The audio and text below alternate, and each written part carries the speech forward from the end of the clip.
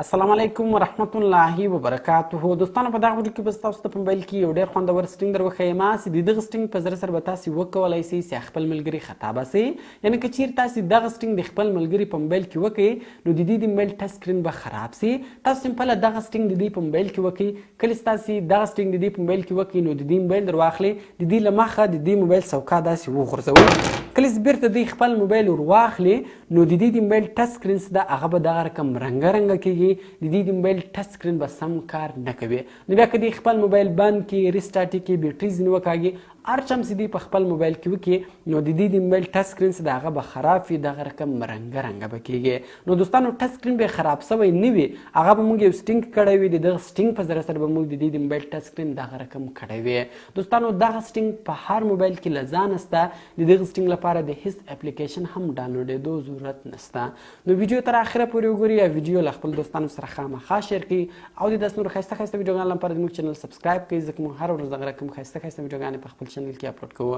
نو نور وخت مو نه اخلم، زه د ویډیو په طرف ویډیو شروع. نو دوستان اول به تاسو د دې په موبایل کې سټینګز خلاص کړئ. کله چې تاسو د دې په موبایل کې سټینګز خلاص کړئ دلته به اوس تاسو اباوټ فون اپشن پیدا کړئ. اباوټ فون اپشن په زیاتره موبایلانو کې اول راړوي او په زیاتره موبایلانو کې اخر راړوي. نو تاسو به په اباوټ فون اپشن باندې کلیک وکړئ. کله چې تاسو په اباوټ فون اپشن باندې کلیک وکړئ دلته بیا تاسو په سافټویر انفارمیشن باندې کلیک وکړئ.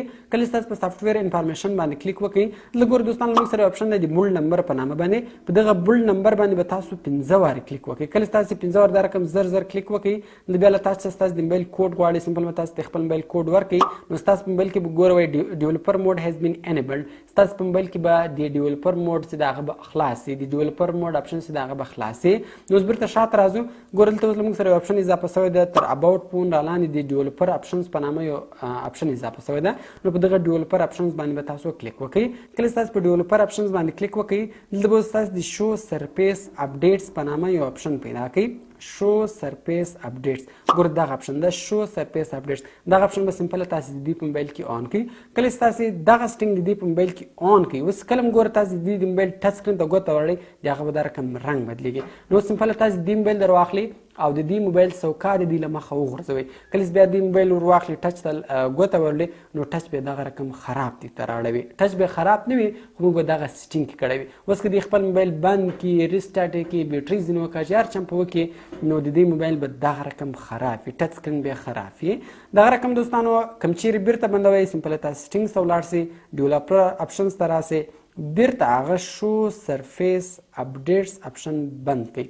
کله چې تاسو هغه شو سرفیس اپډیټ اپشن بند کړئ نو دغه رقم ټچ سکرین به بیرته بند شي او په ټچ سکرین باندې به دغه اپشن بیا نه راړوي.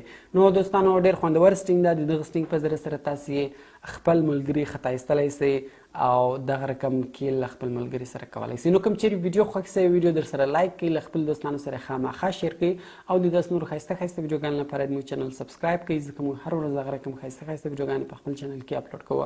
نو په نور ښایسته ښایسته ویډیوګانو کې په دعاګانو کې مې یاد ساتئ. د خدای په امان.